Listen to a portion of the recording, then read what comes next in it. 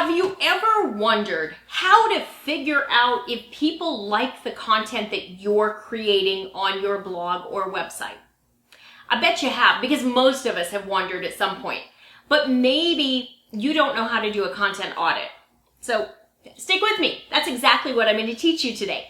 I'm Rachel Lindteigen, president and founder of Etched Marketing and Etched Marketing Academy. And in today's training lesson, we're talking all about content audits and how to figure out what to create more of and what to create less of. So you're going to want to start by going into Google Analytics or whatever analytics tool that you use for your website if you're not using GA. You're going to want to download your report. I like to look at a quarter at a time, and then I also like to look at least a year at a time.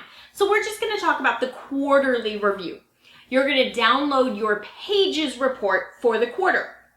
If we're doing a blog audit, then we're going to clean up that spreadsheet so that all we have are the blog pages. We're going to want to look at the traffic.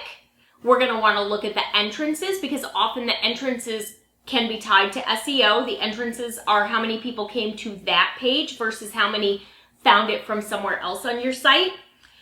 We're going to look at the time on page, and we're going to look at the bounce rate. When we look at these numbers, the time on page, the higher the time on page, the more engaged they are, the more of the content they're consuming. The bounce rate, the lower the bounce rate, the better. If somebody is bouncing, that means they're coming, they're reading that page and they're leaving. The final thing you can look at is the exit rate. That's the number of people who leave your website from a given page. So you want to take a look at this and see which of these pages get the most traffic. Okay, which of these pages have the best time on site? Which of the pages have the lowest bounce rate and the lowest exit rate?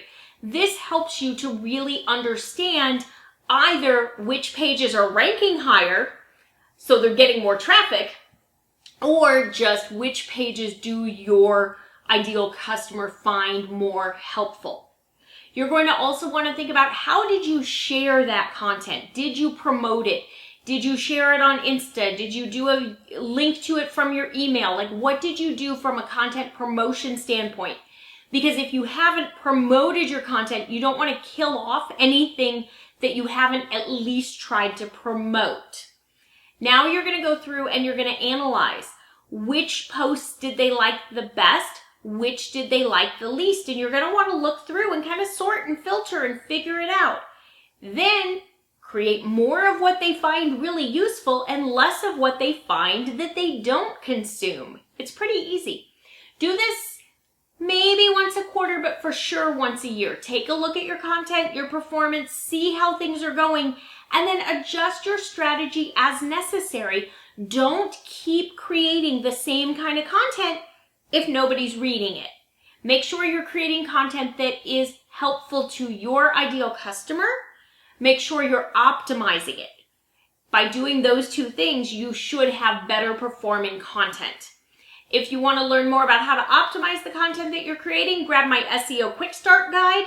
The link is in the comments. Or register for my free SEO class on how to make sure customers find you, not the competition, when they're searching online.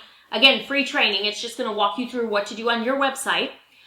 Make sure you've liked this video and subscribe to the channel so that you stay in touch with me and know what we're talking about each week, so that you learn how to grow your business. And then leave me a comment. Let me know if you have any questions, or shoot me a DM on Instagram. I'll talk to you soon. Thanks.